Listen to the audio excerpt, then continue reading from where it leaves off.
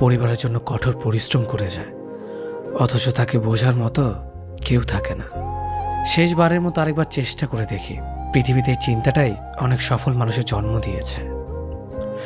অভাব আর অভিযোগ এমন একটা জিনিস যা অন্যের কাছে না বলাটাই ভালো।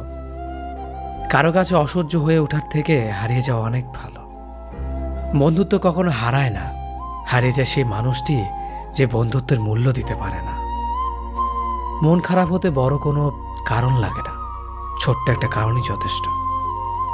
অর্থই সব, এটাই নিশ্চিত।